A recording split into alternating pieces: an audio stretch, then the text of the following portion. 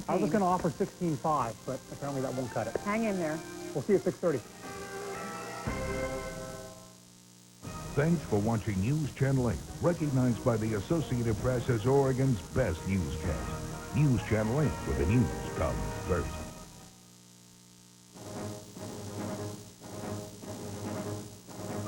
The wrangle within the Reform Party. Infighting now out in the open. The fight on the ground in South Carolina about what kind of advertising should go on the air. Alaska Airlines tribute to employees lost when Flight 261 went down as other airlines complete safety inspections of their fleets.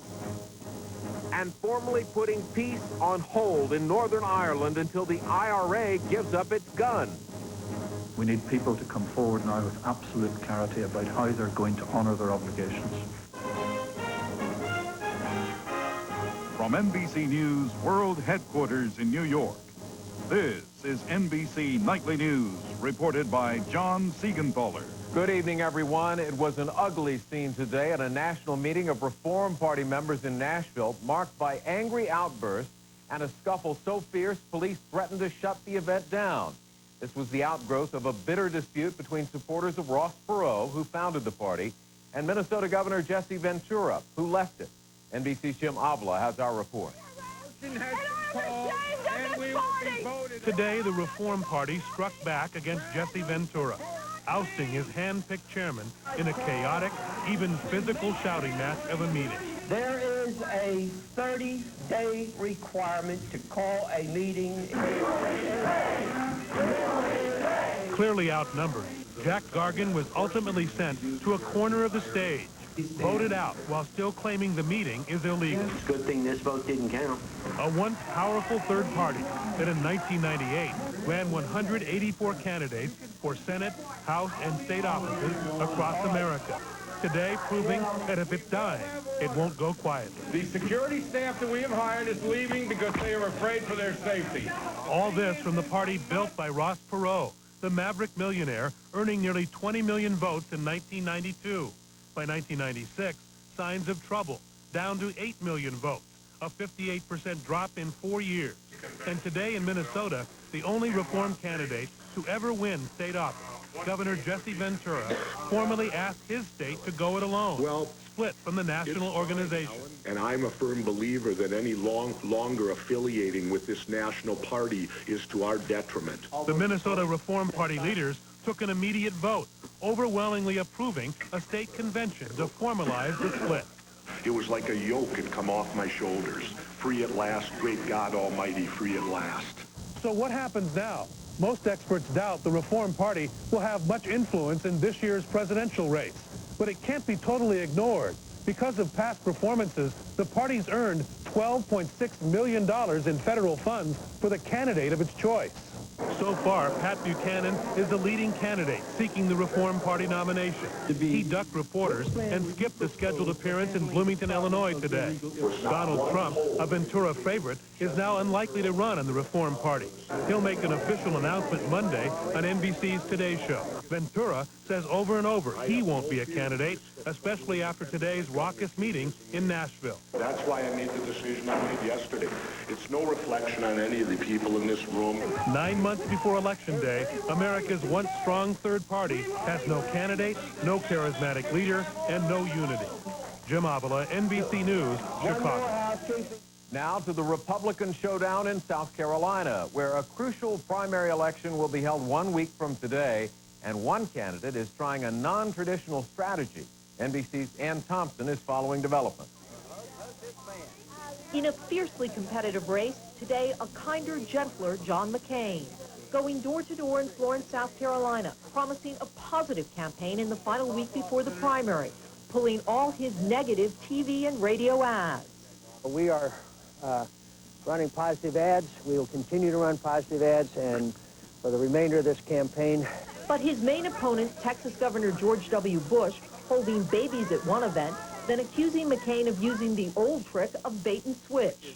Go ahead and call a man Clinton for about a week or two, and then say, oh, I'm quitting. And I'm not falling for it. This is the commercial that got under Bush's skin, a McCain spot in which the Arizona senator defends himself against a Bush attack. His ad twists the truth like Clinton. We're all pretty tired of that.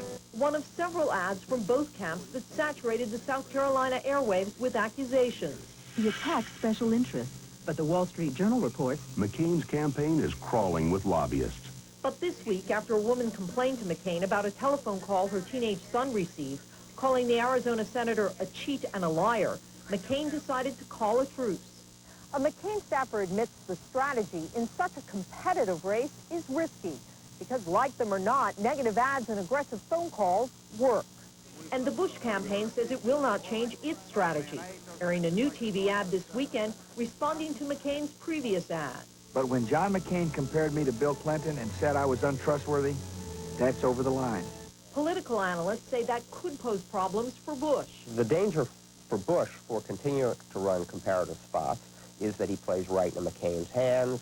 He looks evil, he looks political, he looks nasty. McCain's newest ad is about himself. John McCain, character, courage. An attempt to reclaim the high road in a fight where both candidates got down and dirty. Ann Thompson, NBC News, Columbia. The Republican race is the topic tomorrow on NBC's Meet the Press, when Governor Bush will be Tim Russerd's guest. The two Democratic presidential candidates were in California today attending the state party convention. Vice President Gore is backed by most of California's elected officials. Winning that state is crucial because it sends more delegates to the party's national convention than any other state. Former Senator Bill Bradley spent much of the week in California trying to cut into the Gore base by questioning his liberal credentials. Now to the New York Senate race, where a first-time candidate had a trying first week. That story from NBC's Andrea Mitchell.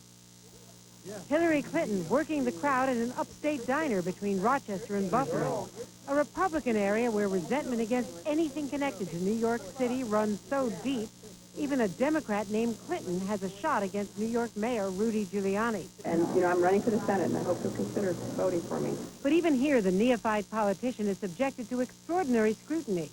The First Lady orders breakfast and is tagged for not leaving a tip. For a waitress who's a single mom with no benefits. Exactly the kind of voter Clinton is trying to win over.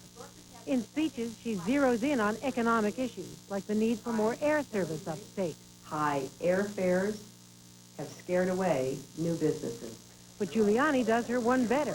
As an elected official, he shows up 4 days later to launch a new airline flying daily between Buffalo and New York City. And I suspect over the next several months, this is going to save me a lot of money. In fact, he's been shadowing Clinton all week, dogging her every stop with radio interviews. I'm in favor of lowering taxes. She's in favor of not doing that. Those are things people should hear. But the most noticeable thing about this Senate race is how quickly it has gone negative. Both candidates armed with sophisticated rapid response teams, ready to spring into action. So when Giuliani, in a fundraising letter, accused Clinton of hostility to American religious traditions, the First Lady blasted him. I am outraged that he would inject religion into this campaign in any form whatsoever. So after the first week, how is she doing? I think it's taken some time to get her, both her campaign and herself as a candidate, up to New York speed. And that's been somewhat bumpy transition for her. A rookie politician trying to get her footing against one of the toughest competitors in politics. Andrea Mitchell, NBC News. When NBC Nightly News continues in a moment, the ongoing safety inspections being done on America's commercial jets. And later, in focus, cleaning up a nuclear mess in the Pacific Northwest. A proper gentleman eats one cookie at a time. But these aren't cookies. They're Newton. Oh, we can't be proper all the time, now can we? A cookie is just a cookie, but fat-free Newtons are fruit and cake. What's this? Dessert? Newton's cobblers. Even more fruit and cake. Well, why didn't you bring them round? And where would you have put them? Come, Freddie. Why is Lysol spray the best way to help protect your family? Because of what it does, kills the cold bug in seconds, and what it doesn't do, leave the sticky film Clorox spray does. That's why nothing beats Lysol. Great news for all you cats. Shock! Marv, we can't buy this stuff ourselves. The Whiskas you love in a can now comes in a flavor-locked pouch. What cats want. Nobody in America sells more office products to more businesses than Office Depot. You can shop our store. Or you can shop our catalog. You can shop online. Taking care of business. It's all mine. Taking care of business and working overtime. Work out. Office Depot, taking care of business. Right now, a complete pair of glasses is only $99 at LensCrafters. With this offer, we're making it easier for more people to see. Easier for them to look good, too. The LensCrafters $99 complete pair sale. Hurry, offer ends soon. Enterprise? You rented our car from Enterprise? Yeah. Why Enterprise? Because they pick us up. Free. A free pickup? Wow, they ought to be number one. They are number one. Pick Enterprise. We'll pick you up.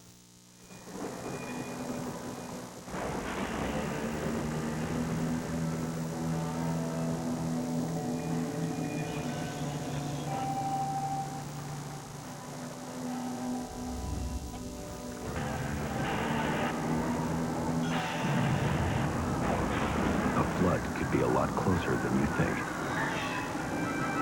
For information about flood insurance, talk to your agent or call 1-888-FLOOD-ALERT. This is Diane Diaz in Los Angeles. Former Cowboys coach Tom Landry died this evening at the Baylor Medical Center in Dallas. Landry headed the Cowboys for 29 years, leading them to 5 Super Bowls. He had been battling leukemia for the past year. Longtime Cowboy coach Tom Landry dead at the age of 75. Now back to John Siegenthaler in New York. More on the accident and the aftermath from NBC's Hillary Lane. In Seattle, thousands attended a memorial service today for the Alaska Airlines employees and family members killed in the crash almost 2 weeks ago. The investigation into that accident has centered on 2 components of the plane's stabilizer system. Fear of similar problems has prompted government-ordered inspections of more than 1,100 MD-80s, MD-90s, and DC-9s. The ongoing examinations, to be completed by tomorrow, have turned up several cases of problems in the plane's tail.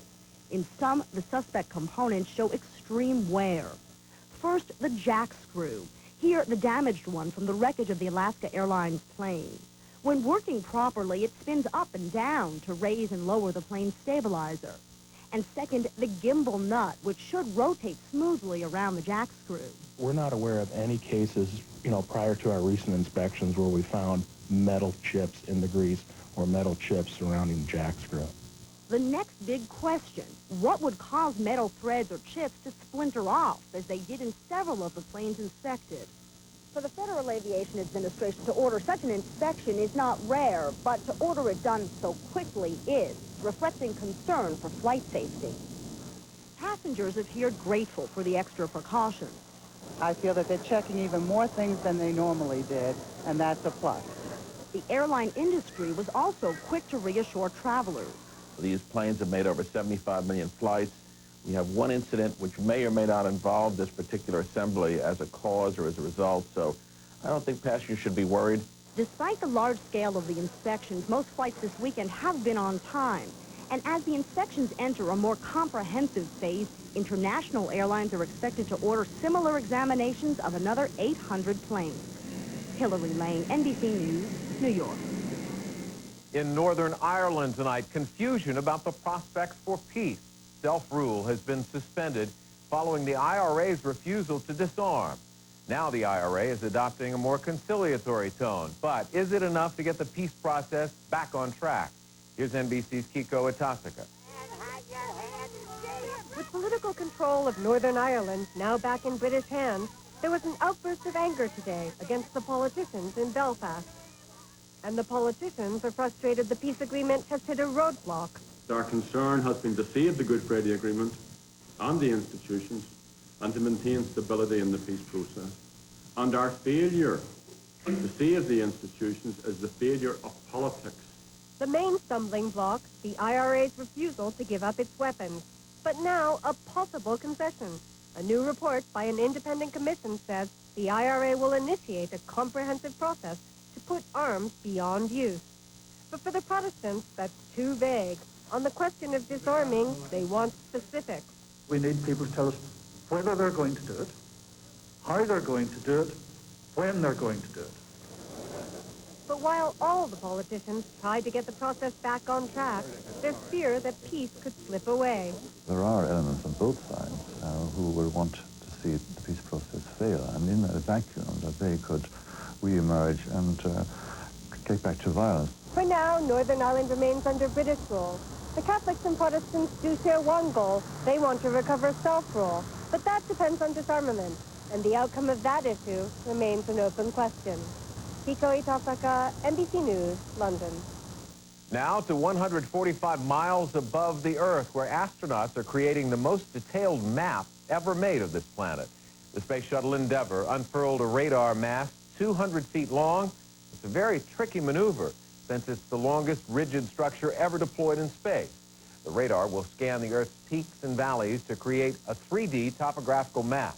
Military and civilian scientists will study such things as earthquakes, flooding, weather, and climate change. Well, so far, everything has gone about as perfect as we could have imagined. We, on this shift, Janice and I and Mamoru were asleep when we extended the mast, and we woke up to a perfect vehicle and a perfect radar system, and we started mapping early, and so far everything's gone just very fine. In cyberspace, still no arrests in those hacking incidents that took place during the week on the websites of several major companies. And in an unrelated incident, word tonight that a hacker tried to steal passwords and credit card numbers from a company called Real Name. When NBC Nightly News continues, diffusing a toxic time bomb. How do you get healthy hair like this?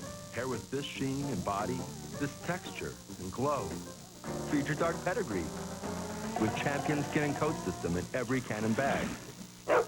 Pedigree with Champion Skin and Coat System. Developed with the vets at the Waltham Center. Recommended by top breeders. Win an all-expense-paid trip to the 2001 Westminster Kennel Club Dog Show in New York City. Just look for specially marked bags and cans of Pedigree products for game pieces.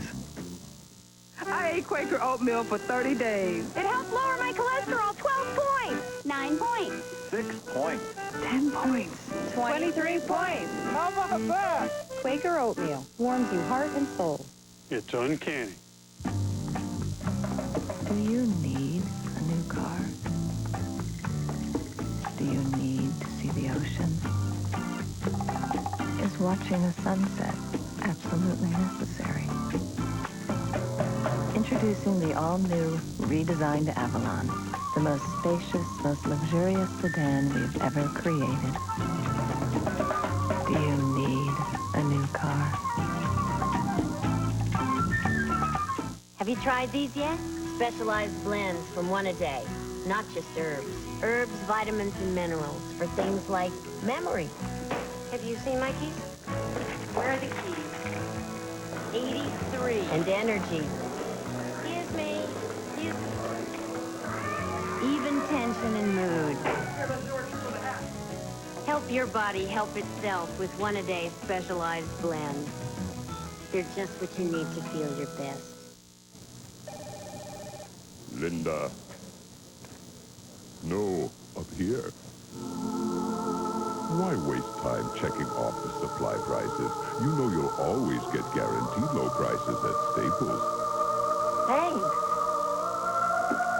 Candy? Thank you. Ooh, caramel. Oh. This week at Staples, this Hewlett-Packard desk jet is just $179.98. Staples, yeah, we've got that. In focus this evening, cleaning up an environmental mess which was made by the federal government. The work has been delayed numerous times. Now tempers are growing short. NBC's Chip Reed on the need for what will be the world's largest environmental cleanup project. The Hanford Nuclear Complex was built during World War II on the banks of the Columbia River. This is where they made the plutonium for the Nagasaki bomb and for the U.S. nuclear arsenal during the Cold War. People who worked here were patriots, building the strength of the country. Secondary was how you deal with the residues of this production, the waste. When the Cold War ended and the nuclear reactors here were no longer needed, left behind was an environmental wasteland. Hanford is by far the most contaminated place in America. During the 40-plus years they made nuclear fuel here, they dumped about 440 billion gallons of radioactive waste directly on the ground, poisoning the land with a volume of liquid that would take 3.5 days to flow over Niagara Falls. For decades, the federal government refused to acknowledge the extent of the danger. In 1978, when the Washington State Health Department concluded there were abnormally high cancer rates among Hanford workers, the U.S. government denied it. The cancer mortality rate is less than we would expect in the general population of the United States. But recently, the Department of Energy reversed itself, even held hearings and invited Hanford employees to tell their stories. I was diagnosed with chronic lymphocytic leukemia. Nobody can tell me what's wrong with my lungs. Hanford's nuclear reactors have been shut down for a decade, but they still contain more than 2,300 tons of highly radioactive nuclear fuel, a threat to the Columbia River only 400 yards away. The Department of Energy is scheduled to begin removing spent fuel from the reactors in November and is testing the procedure now. We have open status indication. But many believe Hanford's most pressing problem is radioactive leak. The Department of Energy says at least 1 million gallons of high-level waste have seeped from some 70 of Hanford's 177 underground storage tanks. Last week, radioactive tritium was found in a test well just 3 miles from the Columbia River. Standard for safety, 20,000 picocuries per liter.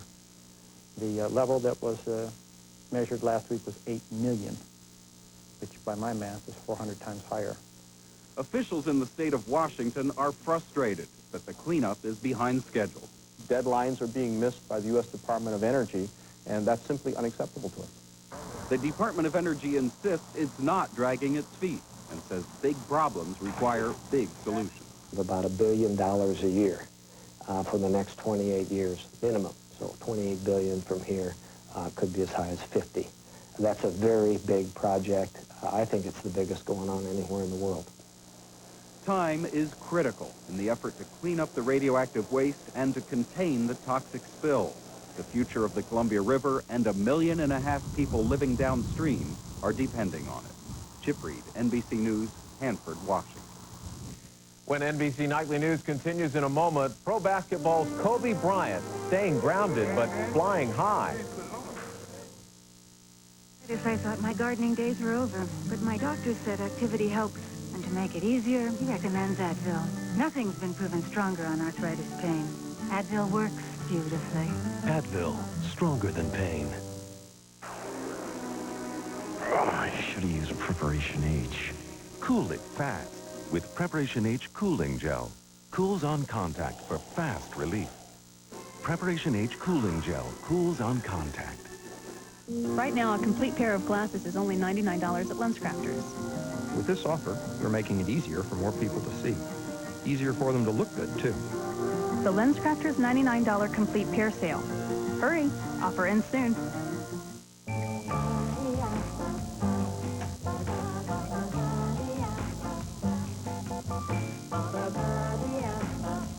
Just when you think you have the latest computer, you don't. But you can get one that's never outdated. Come to Gateway Country, the only place to get a fresh PC you can trade in toward the purchase of a new one after 2 years.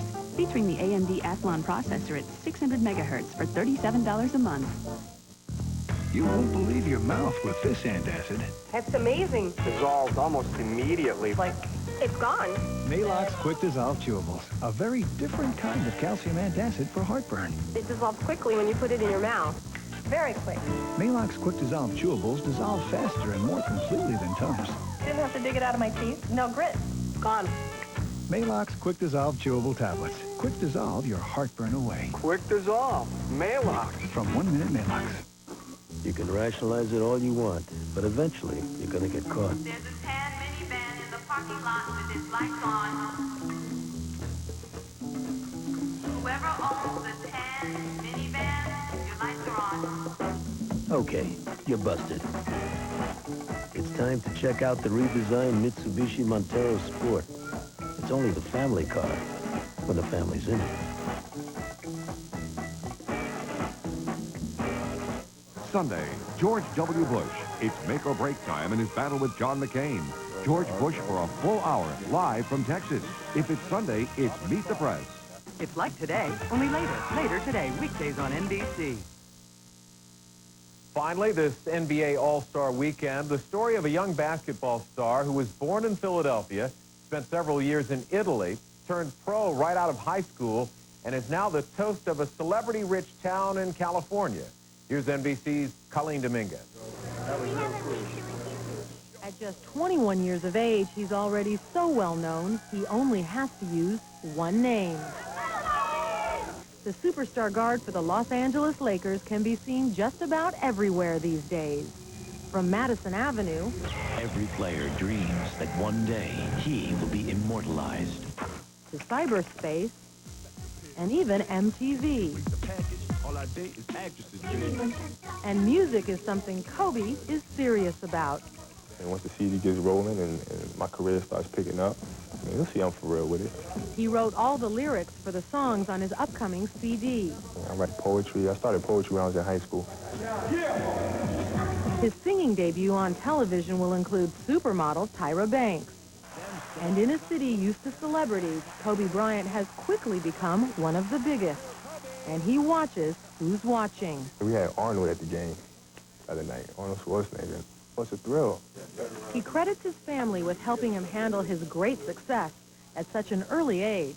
My sisters kind of keep me grounded. What do they say?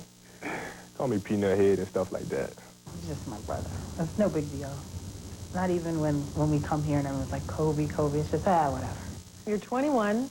Most people who are 21 would be out doing it up. I'd rather not.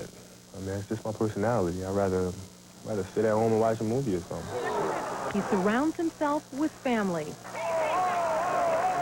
Their latest project, Olympia Milano, a basketball team Kobe recently purchased in Italy, where he ultimately plans to live. I would love to raise a family over there. Someday. But for now, Kobe Bryant is concentrating on the NBA and working to give something back to his fans. What else is there for you to accomplish? I'm just getting started. That's how I look at it. I feel like I haven't even started running yet. Kobe's hot and he knows it. Colleen Dominguez, NBC News, Los Angeles. And NBC sports coverage of the NBA All-Star Game begins tomorrow at 6 p.m. Eastern Time, which means we will be coming to you at a special time tomorrow, 5:30 Eastern Time, just ahead of the game. Thanks for watching tonight. I'm John Siegenthaler, and for all of us at NBC News, good night.